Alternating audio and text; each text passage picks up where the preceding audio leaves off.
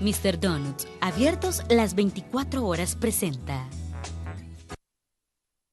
Saludamos al canciller de la República, Hugo Martínez, está con nosotros aquí en los estudios. Desde hace algunos días teníamos pendiente una entrevista. La última vez la canceló el canciller con justa razón, ¿no? Cuando murió su madre.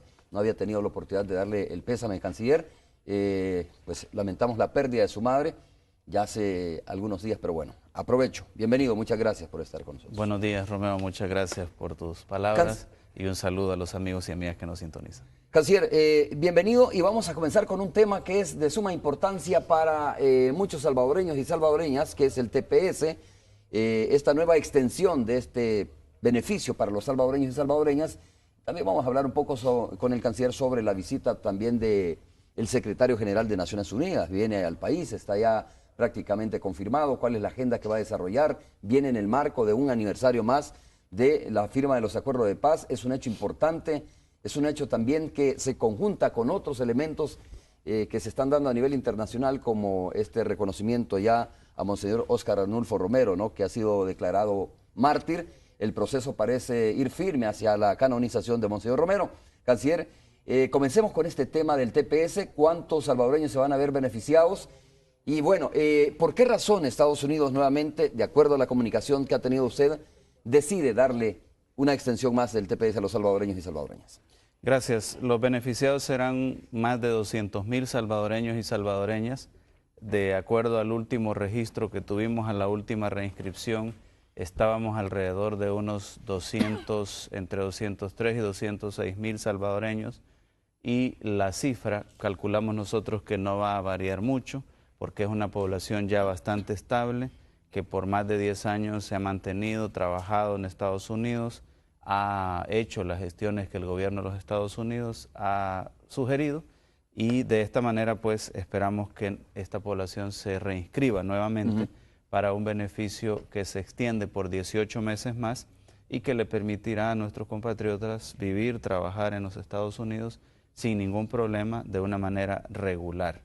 Esta medida, como saben, se tomó en época de los terremotos del 2001, posterior a los terremotos, como un beneficio migratorio para el país debido pues a las dificultades que causaron los terremotos. Hemos conversado mucho con el gobierno de los Estados Unidos y le hemos hecho saber que El Salvador difícilmente estaría en capacidad de absorber de una sola vez a más de 200,000 compatriotas que, dicho sea de paso, no solo es que vivan y trabajan en los Estados Unidos, sino que generan una serie de recursos para sus familiares aquí en el país. Entonces, la decisión de los Estados Unidos, como nos lo han hecho saber los oficiales y los funcionarios de gobierno, obedece a dos razones fundamentales. Uno, tratar de garantizar un alivio al país para que estas personas puedan tener una estabilidad y continuar apoyando a sus familiares en el país. Y dos, debido pues a las buenas relaciones que existen entre Estados Unidos y El Salvador. Canciller, algo leí sobre este tema y decía, si mal no recuerdo, parte del comunicado de la información oficial proveniente de los Estados Unidos es que se extiende por un periodo más el TPS debido a que en El Salvador no se han superado las situaciones por las cuales estos salvadoreños y salvadoreñas viajaron hacia los Estados Unidos, ¿no? Bueno, es de otra forma lo que te estaba diciendo, que para El Salvador es difícil en este momento, dada la situación económica, social, etcétera, absorber de golpe a más de 200,000 compatriotas que ya tienen además una vida hecha en los Estados Unidos y que ayudan a sus familiares aquí en El Salvador. Por supuesto que siempre estamos en la disposición de recibir con los brazos abiertos a todos nuestros compatriotas, pero si existe la posibilidad de que ellos continúen en los Estados Unidos trabajando establemente, etcétera, pues lo agradecemos, y ese es el gesto que ha hecho los Estados Unidos, dadas las buenas relaciones que existen. A ver, estamos hablando de compatriotas que están acogidos a este estatus de protección temporal, pero la pregunta es, ¿qué pasa con aquellos que están ilegal viviendo en los Estados Unidos? No sé si hay un registro sobre esto, qué cantidad de salvadoreños, aquí estamos hablando de 200,000 y algo, pero qué cantidad de salvadoreños están en un estatus de ilegalidad en los Estados Unidos. ¿Y cómo, canciller, o en qué momento podrían estas personas también beneficiarse con un TPS, o es imposible eso? Bueno, por el mismo carácter irregular de este tipo de migración, no se tienen datos estadísticos exactos. Ajá. Sin embargo, lo que sí hemos estado trabajando es la opción de que estas personas sean beneficiados con otro tipo de gracias migratorias, y ha habido algunas medidas parciales que la administración Obama ha impulsado hace ya varios tiempos, y una más reciente de noviembre del año pasado, que es la llamada acción diferida, que le permite a aquellos salvadoreños y salvadoreñas, bueno, aquellas personas de cualquier parte del mundo que hayan ingresado a los Estados Unidos antes de 2010, tratar de regularizar su situación. Hay requisitos, por supuesto. En primer lugar, uno de ellos es precisamente que hayan ingresado antes del 2010. Segundo, no tener antecedentes penales, no tener problemas con la justicia de los Estados Unidos, pagar las multas que fueran necesarios y tener un expediente limpio pues para su reinscripción. De esta manera, con esa medida, la administración Obama pretende beneficiar a entre 4 y 5 millones de alrededor de 11 millones de personas que viven irregularmente en los Estados Unidos. Lógicamente incluyendo los salvadoreños. Incluyendo los salvadoreños, por supuesto. Pero había otras medidas anteriores, como el programa de los soñadores, de los jóvenes que pueden estudiar en los Estados Unidos, y también está la posibilidad que ha tratado la administración Obama de hacerla más expedita, que personas con un estatus regular en los Estados Unidos puedan pedir a algún familiar que vive aquí en El Salvador. Entonces hay una serie de medidas ejecutivas que, como su nombre lo dice, dependen de la decisión de la administración Obama. ¿No tienen que pasar algunas de estas medidas por el Congreso de los Estados Unidos? No tienen que pasar por el Congreso de los Estados Unidos. Aunque se molesten los republicanos. Digo, aunque los republicanos, algunos reaccionaron lógicamente. Sí, hay ¿no? un debate muy intenso sobre migración, hay posiciones bastante fuertes anti-inmigrantes en los Estados Unidos, pero estas medidas son medidas, vamos a decirlo así, discrecionales del presidente de los Estados Unidos. La gran medida que nosotros siempre hemos esperado y por la cual siempre hemos trabajado es la reforma migratoria integral. Por eso nosotros siempre hemos tenido en este campo una política de doble carril. Por un lado, hemos insistido en la reforma migratoria integral como la medida que soluciona toda la situación, pero por otro lado, mientras eso no se logre, hemos insistido en las medidas parciales.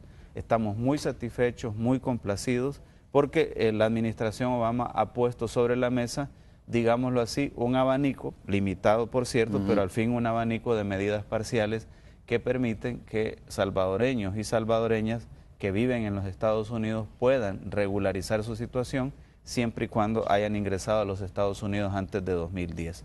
Yo insisto en este asunto porque a veces los traficantes de personas quieren sorprender a nuestra gente y les quieren decir, mire, puede irse ya y luego acogerse a una de esas medidas parciales, lo cual es una total mentira y únicamente están jugando con la necesidad de la gente.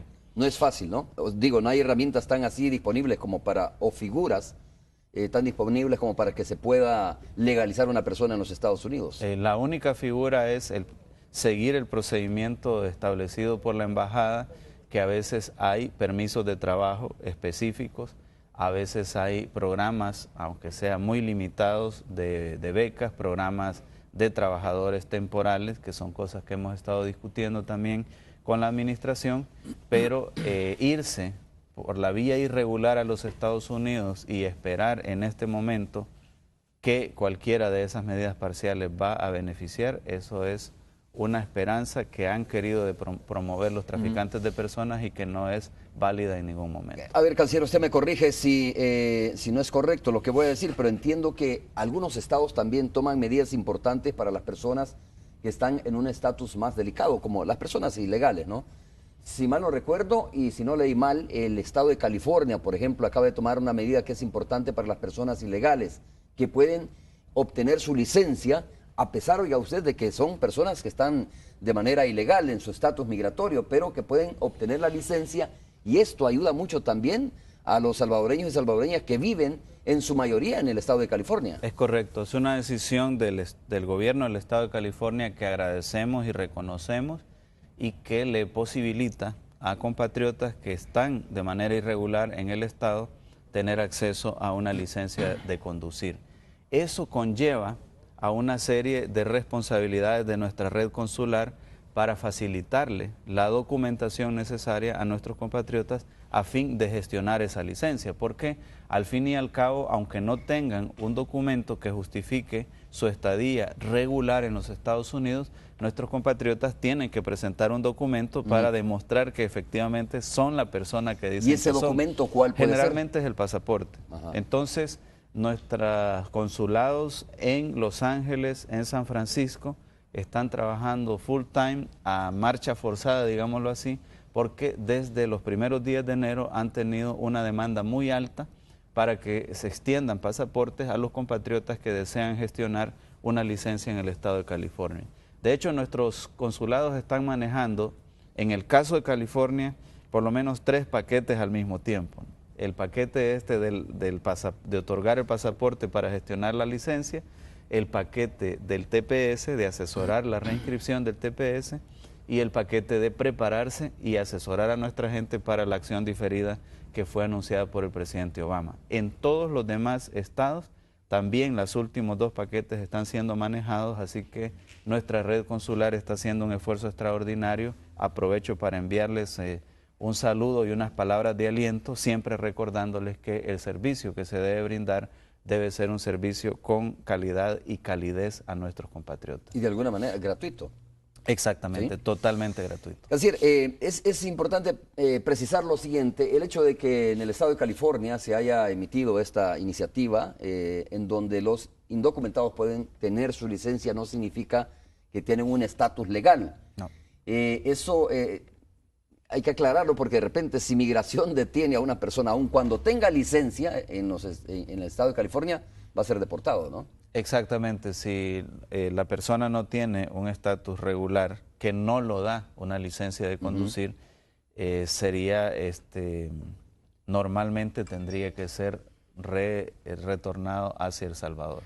Claro, la administración Obama también dijo, cuando anunciaron las medidas administrativas, que su prioridad en las deportaciones iban a ser aquellas personas que tenían conflicto con la ley, que habían cometido delitos en los Estados Unidos, y nosotros dijimos, está bien, pero queremos que Estados Unidos nos comparta la información para saber el trazo que debemos seguir, para ver el seguimiento que se le debe dar a esa persona cuando regrese aquí a El Salvador. ¿Y se está haciendo eso?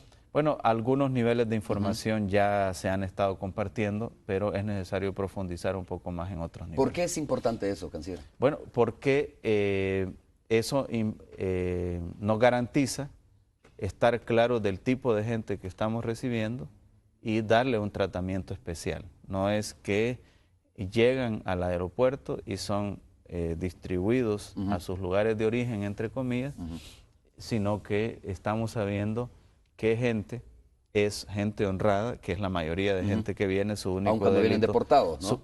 Pero su único delito, que no es delito aquí en los Estados Unidos, es haber estado de manera irregular en los Estados Unidos. Un porcentaje menor son gente que viene por antecedentes penales, antecedentes de conflicto con la ley, y ese tipo de gente es la que necesitamos nosotros la información para que nuestras autoridades policiales de inteligencia, etcétera, den seguimiento y no permitan que esta gente se venga a incorporar a los grupos delictivos aquí en El Salvador. Los datos que comparte Estados Unidos tienen que ver con los ilícitos cometidos en ese país.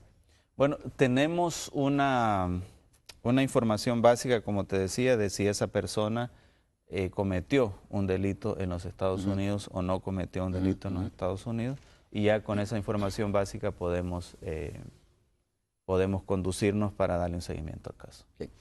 Canciller, retomemos el tema del TPS y quiero preguntarle qué impacto tiene para la población salvadoreña, qué impacto tiene para los compatriotas que están viviendo allá, pero no solo para ellos, sino también para el tema de los compatriotas aquí en el país, ¿no? De los salvadoreños y salvadoreñas. ¿Qué impacto tiene en términos económicos esto? Bueno, aquí estamos hablando de los compatriotas y su grupo familiar. La mayoría de la población TPS es una población que envía remesas mensualmente a sus familiares aquí en El Salvador, que sirven o para las necesidades diarias de cada una de las familias, pero también para salud, para educación, si fuera el caso, de manera que sí es muy importante esta aportación. la aportación de remesas en general, no lo tengo desagregado para el caso de estas 200.000 personas amparadas en TPS, pero sabemos que la aportación de remesas en general anda normalmente por el orden de los 4.000 millones de dólares, que significa alrededor del 20% del Producto Interno Bruto del país. Así que las remesas siguen siendo una aportación fundamental, ¿no?, para la economía de nuestro país. Algunos se preguntarán hasta cuándo El Salvador va a estar preparado para recibir estos salvadoreños si de golpe Estados Unidos decide que puede pasar en cualquier momento. Que si de golpe Estados Unidos decide deportar a esta cantidad de personas que hoy tienen este estatus migratorio. Y hasta cuándo estos 200.000 y algo, canciller, van a pasar a otro estado migratorio o a otra situación migratoria más firme. Nosotros creemos que esta población de más de 200.000 personas que están en TPS son los candidatos ideales para ser el primer escalón en la reforma migratoria integral. Ellos ya tienen claro su expediente, han vivido, trabajado en Estados Unidos, han pagado impuestos. Y hay que decirlo claramente, porque tú me preguntabas cuál es la contribución de esta gente a la economía de El Salvador, pero hay que ver la otra cara de la moneda, cuál es la contribución de esta gente a la economía de los Estados Unidos, que generalmente aportan en rubros clave del desarrollo de los Estados Unidos y que no siempre en Estados Unidos hay la mano de obra decidida a hacer esas labores, por ejemplo, construcción, alimentación, agricultura, que son rubros de trabajo bastante duros y que generalmente están sostenidos en la población migrante en los Estados Unidos. Muy bien, vamos a hacer la pausa comercial. Sí, lógicamente son personas de verdad luchadoras y sufridas, ¿no? Sufridas. Muchos han logrado de verdad el sueño americano, lo han logrado, pero con esfuerzo, y regresan a sus municipios, a sus departamentos muy orgullosos de ser lo que son allá y pues con una situación económica mucho mejor que la que podían tener o la que pudieron haber alcanzado aquí en el país. Un saludo para todos los que nos están viendo en este momento en los diferentes municipios y que han regresado, por ejemplo, a las fiestas patronales, que generalmente la gente regresa en momentos importantes del país, regresan acá para estar con sus familiares. Vamos a hacer la primera pausa, regresamos en breve.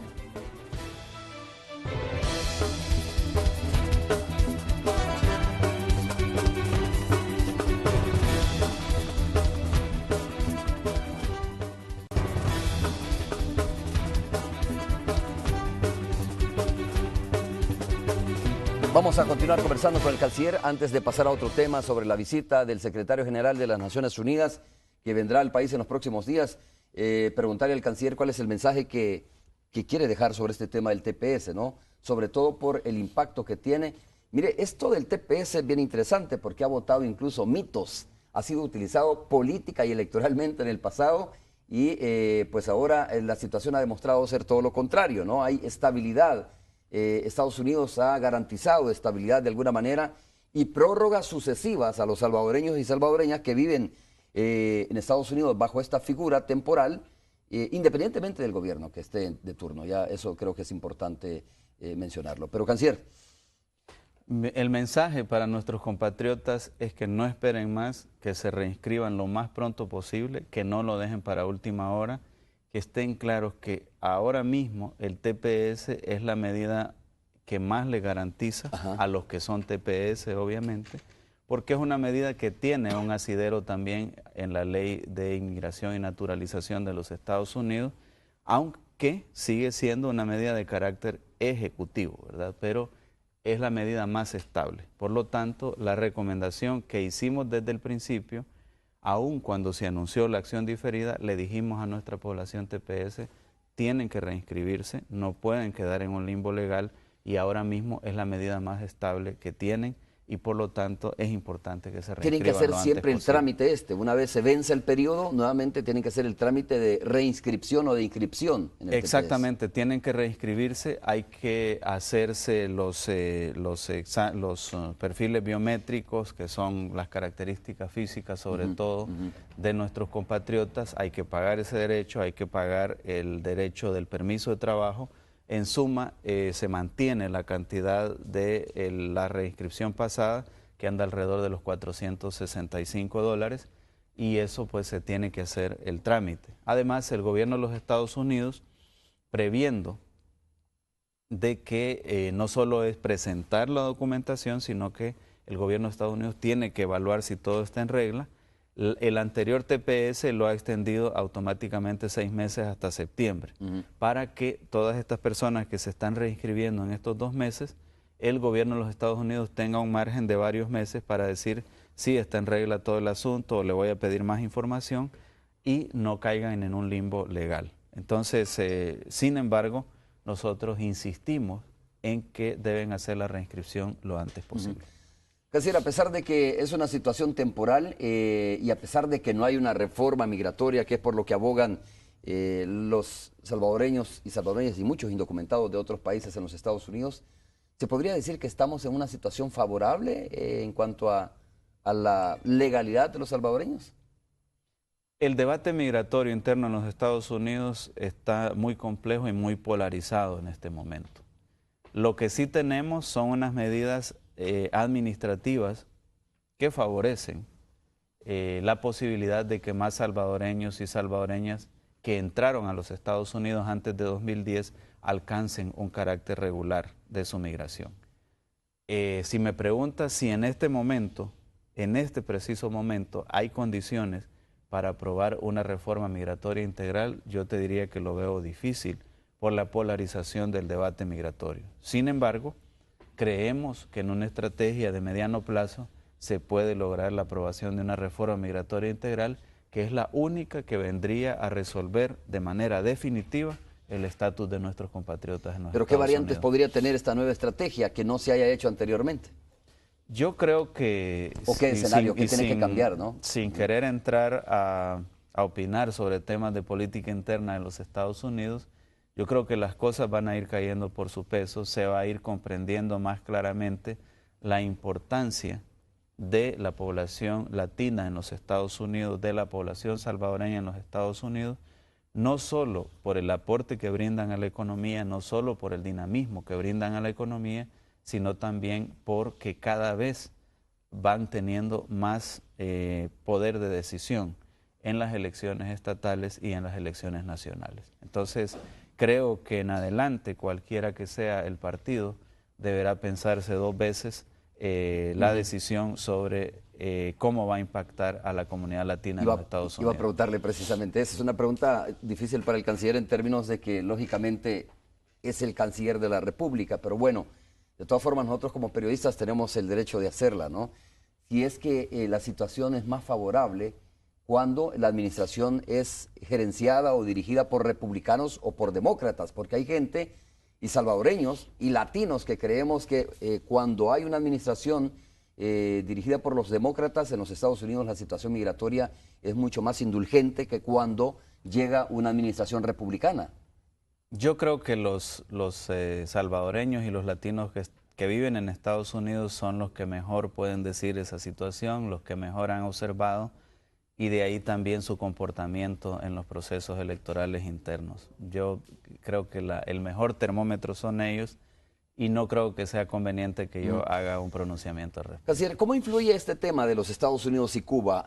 Algo se muestra, digamos, en términos de flexibilidad a propósito de las administraciones, ¿no?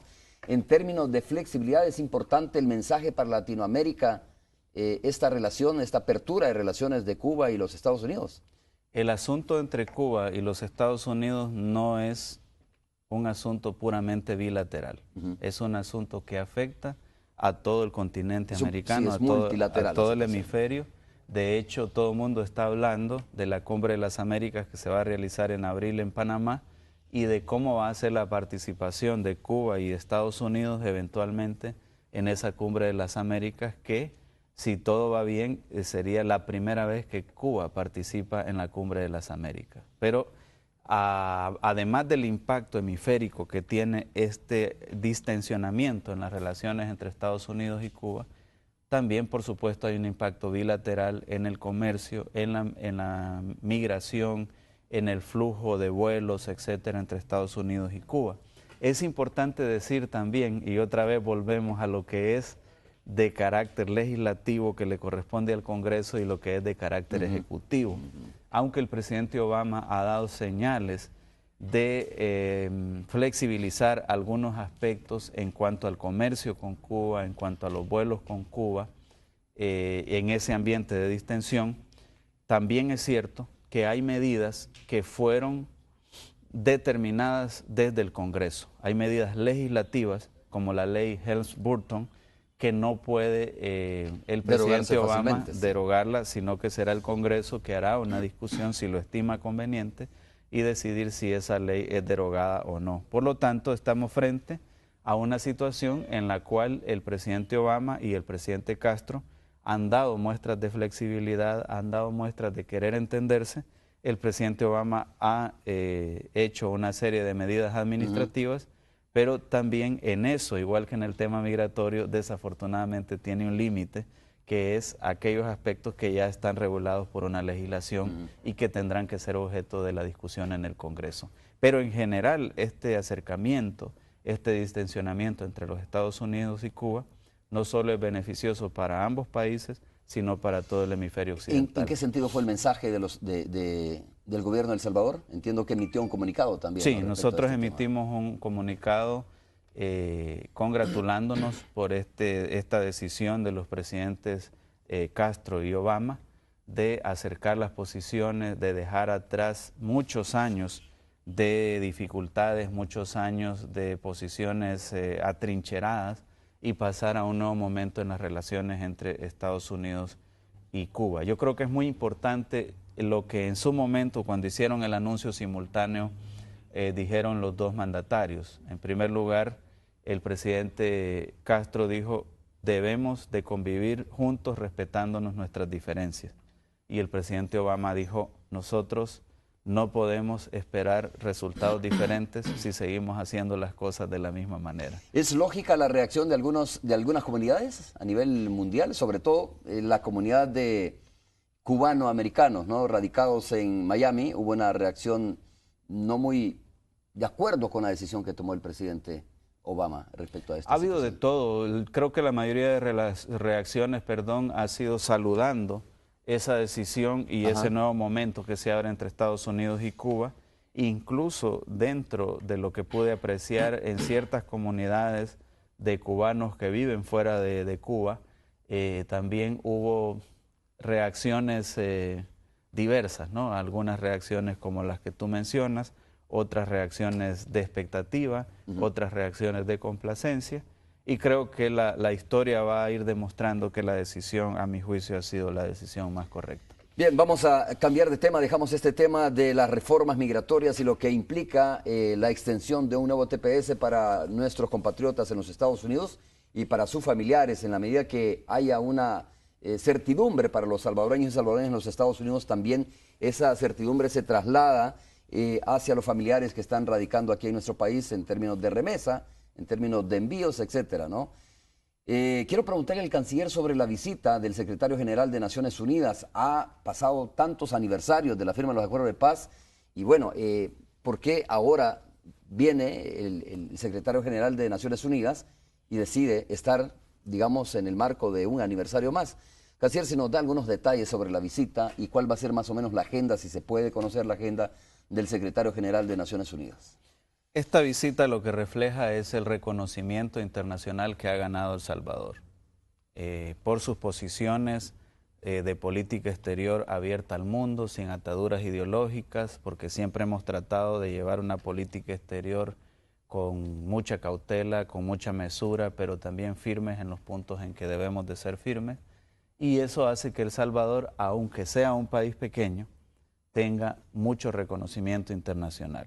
Eso por un lado. Por otro lado, evidentemente, el proceso de paz que siguió El Salvador es uno de los procesos ejemplares en el mundo. Yo les decía la semana anterior a un grupo de periodistas, ¿qué hace que un país tan pequeño como El Salvador tenga en menos de una semana a los dos secretarios generales de los organismos más importantes? El organismo hemisférico, que es la Organización de Estados Americanos, y el organismo mundial, que es la Organización de las Naciones Unidas. Y es precisamente ese peso que ha ido ganando El Salvador por sus posiciones, que no son posiciones alineadas con bloques, sino que son posiciones independientes, de acuerdo a una valoración que hacemos, siempre buscando el beneficio de los salvadoreños y salvadoreñas. Entonces, en ese contexto es que tenemos la visita. Por supuesto, el presidente Salvador Sánchez Serén le extendió una invitación al secretario general de Naciones Unidas. Aprovechamos nuestra visita a la ONU en septiembre en el marco de la Asamblea General para dejar extendida la invitación, y el secretario general, valorando esos dos aspectos que te mencionaba, la política exterior de El Salvador y el valor que tienen los acuerdos de paz, nos confirmó que estaría participando con nosotros. Alrededor de su participación en los actos se ha elaborado un programa que comprende, por supuesto, una reunión privada con el presidente de la República, una reunión de trabajo, un almuerzo de trabajo con este servidor y otros miembros del gabinete, también una visita a la Asamblea Legislativa, que tengo entendido la Asamblea Legislativa le otorgará un reconocimiento, una visita a la Corte Suprema de Justicia en pleno. Luego, como una señal hacia los salvadoreños y salvadoreñas, que ya se ha ido convirtiendo casi en una tradición de varios dignatarios que visitan el país, el secretario general va a visitar la cripta de Monseñor Romero. También el secretario general va a visitar un proyecto muy importante de convivencia ciudadana en la comunidad Ibu. Y luego también visitará un sitio histórico que ya es en el final de su agenda, en su partida, que son las joyas de Serén. Patrimonio de la humanidad. Patrimonio de la humanidad. Entonces, más o menos, a grandes rasgos, esa es la agenda. La actividad central es el acto de aniversario del Acuerdo de Paz, que será en el Anfiteatro de la Feria Internacional el 16 de enero. La actividad cultural comenzará desde las 9 de la mañana. Pero el acto oficial comenzará a las 11 de la mañana. ¿Qué otros invitados están en ese acto? Ya que viene el secretario general de Naciones Unidas, ¿vendrán otros invitados? Nosotros decidimos hacer una actividad de carácter nacional con un solo invitado internacional, que es el secretario general de Naciones Unidas. En el contexto nacional, el presidente dio instrucciones para que invitáramos a todos los sectores, a representativos de todos los sectores. Es así como tendremos pues a firmantes de los acuerdos de paz, tendremos a expresidentes, tendremos a representantes del sector empresarial, del sector político, del sector laboral, del sector de las víctimas del conflicto. Y el presidente insistió en que debía ser un acto de nación multicolor donde estén representados todos los sectores de la sociedad salvadoreña. Entonces, se espera pues que estén también los firmantes de los acuerdos de paz, el presidente de la época, que se firmaron los acuerdos de paz, y habrá intervenciones centrales, tanto del secretario general como del presidente Salvador Sánchez. Es como un acto de reconocimiento a estos acuerdos de paz, más bien. Lógicamente un aniversario, pues, pero la presencia del secretario general le da otra connotación a esto. Sí, el secretario general, su presencia es muy importante en el sentido de que Naciones Unidas valora la política exterior de El Salvador, pero valora lo que significan los acuerdos de paz. Generalmente los acuerdos de paz de El Salvador, aquí en el país, como estamos en el día a día y tenemos tantos desafíos, no son tan valorados como son valorados en Naciones Unidas o en otras partes del mundo. De hecho, los acuerdos de paz de El Salvador sirven como referente hoy en día para buscar procesos de negociación y de diálogo y negociación en otras partes del mundo que conlleven a finalizar conflictos. Incluso en el caso mismo de Colombia, hay ex firmantes, hay también referentes de los acuerdos de paz en El Salvador que han sido tomados en cuenta en el proceso que ha llevado el presidente Santos junto con el movimiento de las FARC en Colombia. Canciller, y la visita del secretario general de la OEA se da en el marco de un acuerdo de los partidos políticos, porque usted mencionaba que pues, se registran estas dos visitas importantes. Una de ellas es la del secretario general de Naciones Unidas, que llegará al país, me imagino, ahí por el 15. El 15, sí. El 15, un día antes del acto. Por la tarde. Del acto que se va a llevar a cabo en el anfiteatro de CIFCO. Y la otra es la visita que recientemente tuvimos del secretario general de la OEA, ¿no? Sí, la OEA está acompañando junto al Programa de las Naciones Unidas para el Desarrollo un proceso de diálogo que iniciamos como gobierno con los diferentes partidos inscritos en la Asamblea Legislativa, es decir, los 6 partidos que ahora mismo participan en la Asamblea Legislativa. Y este proceso de diálogo lo que persigue es abordar los grandes temas de país, lograr consensos y empujar desde esos consensos los grandes temas del país. Yo siempre he creído que en educación, en salud, en seguridad, no debe haber distinciones y debemos ponernos de acuerdo los diferentes sectores de la sociedad salvadoreña para sacar adelante al país. No creo que haya alguien que se oponga a que tengamos mayor educación, a que tengamos un mayor porcentaje de personas que saben leer y escribir. No creo que haya alguien que se ponga a los servicios de salud que se deben brindar a la población salvadoreña. Y entonces la visita del secretario general es en ese contexto. Nosotros reconocemos y agradecemos el aporte que Naciones Unidas a través del PNUD y la Organización de Estados Americanos a través de su Secretaría de Asuntos Políticos está brindando a este proceso de diálogo que se ha iniciado en El Salvador. Nuestra tesis es, si fuimos capaces de sostener un diálogo y una negociación que se tradujo en los acuerdos de paz en condiciones mucho más adversas, donde había 2 bandos tirándose tiros, ¿por qué no nos podemos poner de acuerdo ahora que ya no tenemos un conflicto armado y que siempre hay desafíos que debemos enfrentar como... Y OEA es el garante de esto, sería como el garante de esto. Tanto la OEA como el Programa de las Naciones Unidas para el Desarrollo. Por eso es que estuvo el secretario general y estuvo el coordinador residente de Naciones Unidas aquí en El Salvador. Roberto Valen. Robert Valen, sí. A ver, ¿y cuánto tiempo, canciller, van a durar estos encuentros? ¿Siempre va a estar viniendo a estas sesiones, reuniones, el secretario de la OEA Siempre o va a mandar habrá, su representante? Bueno, está Betilda Muñoz, que es su representante en este campo y que estará participando cuando sea necesario en las reuniones. También en el caso de Robert Valen, él o su equipo estarán participando, y en el caso pues del Ejecutivo es normalmente el secretario de Gobernabilidad quien lleva este tema. Hay un compromiso de los partidos de mantenerse sentados. Exactamente. Y ese es alguno de los aspectos que se refleja en el acta que se firmara el día viernes de la semana pasada. Y esto al margen de lo que dicen los partidos políticos en el marco de la campaña, porque, a ver, y lo digo por todos los partidos, no solo por los que ahora mismo se sienten en la oposición, de que de repente están sentados en una mesa multilateral o donde están sentados los partidos, incluyendo, usted ya lo ha dicho, PNUD y la OEA, pero por otro lado, frente a los medios de comunicación o cuando tienen la oportunidad, pues arremeten, ¿no?, contra las medidas que se están tomando. La campaña, y generalmente las campañas, y particularmente esta, como dicen en términos populares, se está poniendo caliente. Pero lo importante aquí es mantener el respeto a la institucionalidad y mantener un canal de diálogo abierto. El día que se rompan los canales de diálogo, que se caigan todos los puentes, primero Dios, eso no ocurra nunca, sí va a ser un día en el cual vamos a estar en problemas mayores.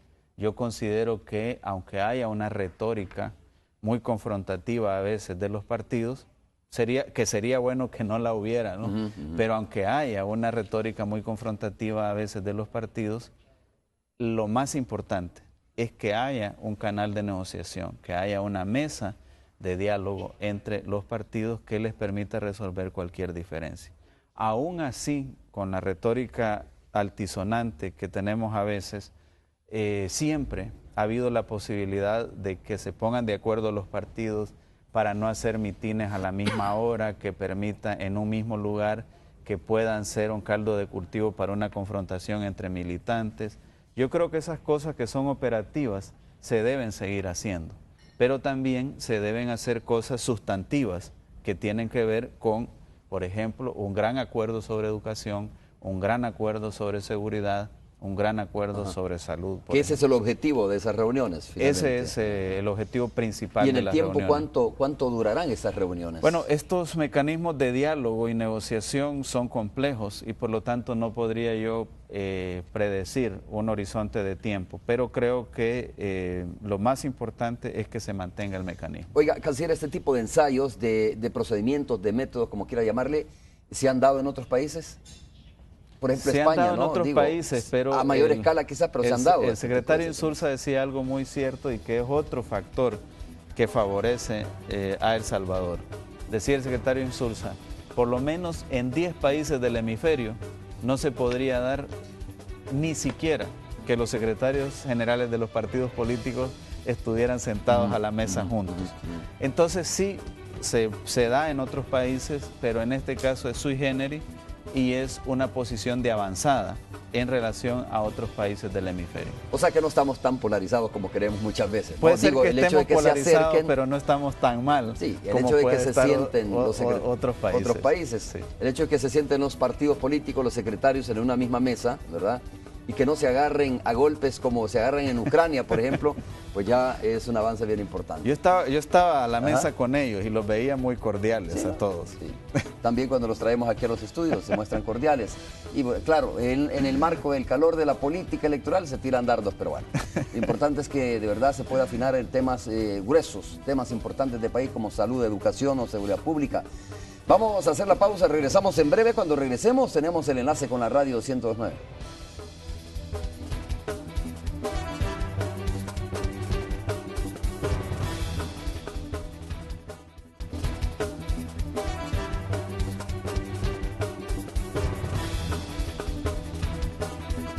Ahí está Tony Cabezas en la radio 109. Tony, tal como te lo dije temprano, conversando con el canciller de la República, el anuncio que hizo el gobierno de los Estados Unidos recientemente de la extensión del estatus de protección temporal, ¿no? O mejor conocido como TPS, pues es el tema central, el que hemos conversado esta mañana con el canciller. Pues bienvenidos a la frecuencia de Radio 109. Romeo, canciller, qué gusto saludarlo por este medio. Muy buenos días, el gusto es mío, Tony. Pues bueno, el estatus de protección temporal se extiende... ¿Tenés familiares, Tony, en Estados Unidos? Fíjate que sí, tengo familiares. ¿Legales o ilegales? No, están legales, gracias Hablando a Dios. de los legales, mejor. Están legales, gracias a Dios. Un saludo para ellos.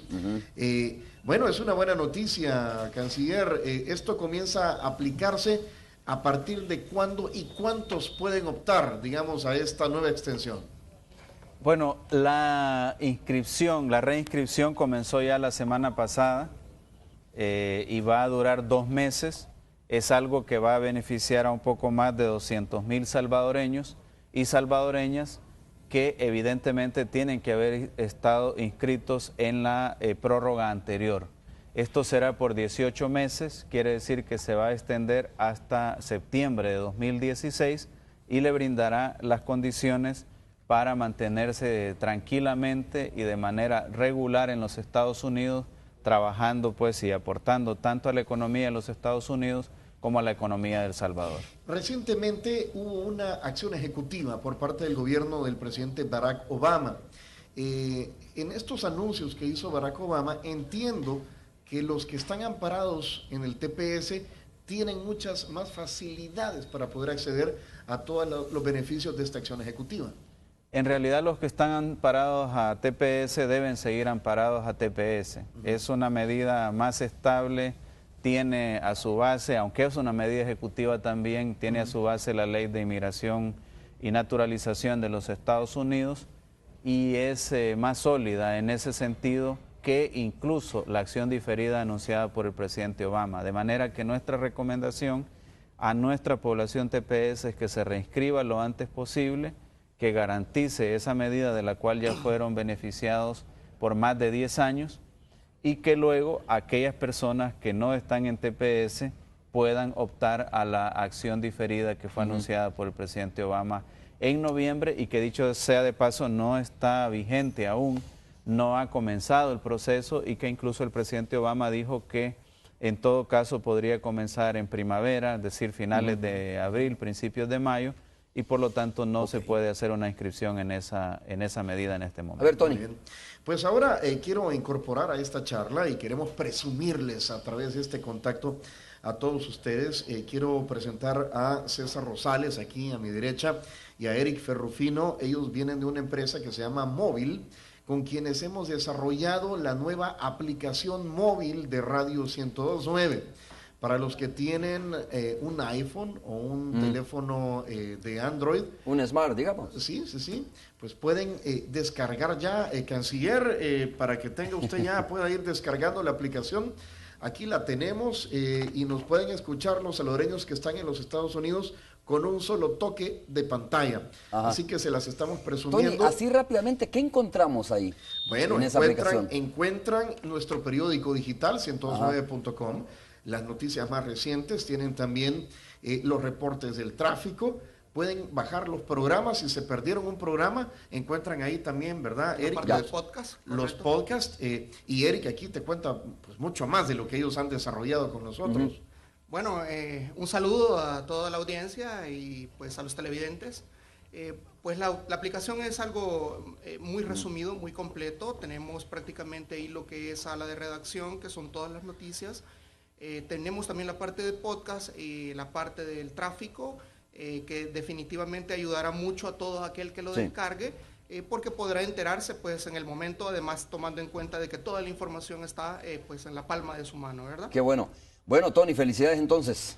Muchísimas Saludos gracias. para ustedes. Vamos a escucharles finalizando la entrevista para saber qué más nos ofrece esa aplicación de la Radio 102.9. Bueno, los invitamos a que la descarguen, Saludos, ¿verdad, canciller? Qué gusto saludarlo. Igualmente, hasta la Felicidades, próxima. Romeo, Canciller, gracias. tengo que despedirlo Bueno. también. Muchas gracias por haber estado con nosotros. Se nos quedó un tema. A ver, yo le preguntaba al canciller en la pausa. Mire, canciller, ¿qué viene ahora, no? En los próximos años, en tema de la apertura de relaciones con otros países, y el canciller algo me adelantaba, pero como no tenemos tiempo, Lo temas sí haremos en tenemos. otra visita, ¿no? Temas sí tenemos. En otro momento, en otra visita, vamos a hablar sobre eso. Muchísimas canciller. gracias, Romeo. Un abrazo para usted. Vamos a hacer una breve pausa, regresamos.